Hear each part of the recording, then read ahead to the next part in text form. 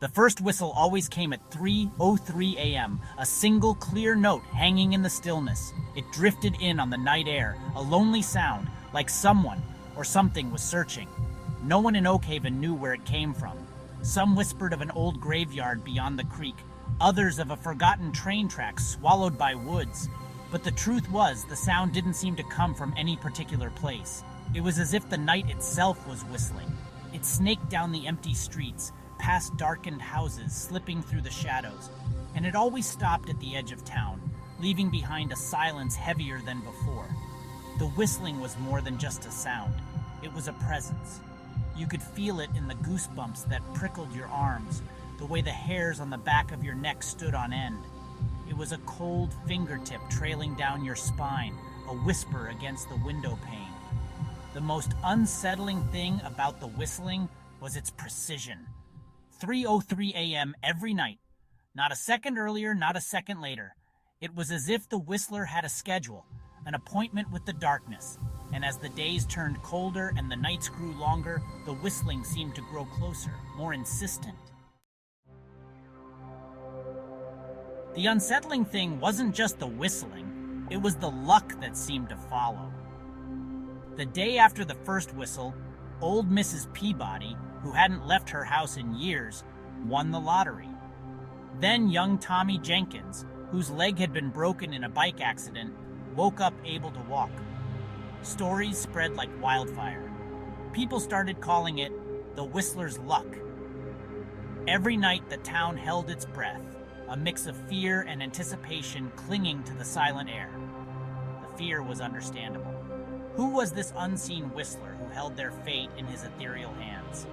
The good fortune, however, was undeniable.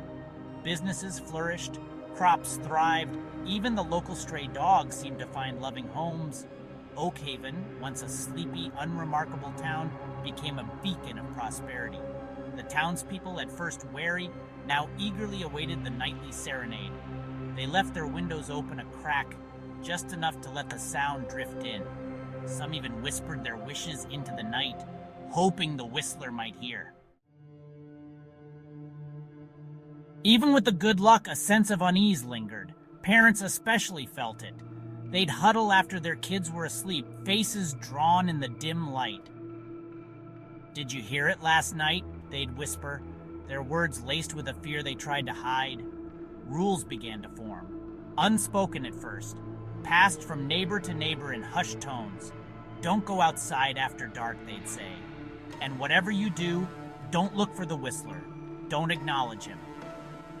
Every night, as the clock ticked closer to 3:03, a strange ritual would take place in homes across Oakhaven. Curtains would be drawn tight, doors locked and bolted. Children were tucked into bed early, warned not to peek. Some families even resorted to earplugs, desperate to block out the haunting melody. But the whistling had a way of seeping into your dreams, twisting them into strange, unsettling narratives. Then came the Millers. They moved in just before the first leaves started to turn, their furniture arriving on a day choked with the smell of wood smoke and approaching winter. Their son, Michael, was a skinny kid with wary eyes and a mop of unruly brown hair. From the start, Michael was different. While other kids huddled inside, whispering about the whistler, Michael seemed drawn to the mystery. He'd sit on his porch swing, staring into the gathering dusk, a look of intense curiosity on his face.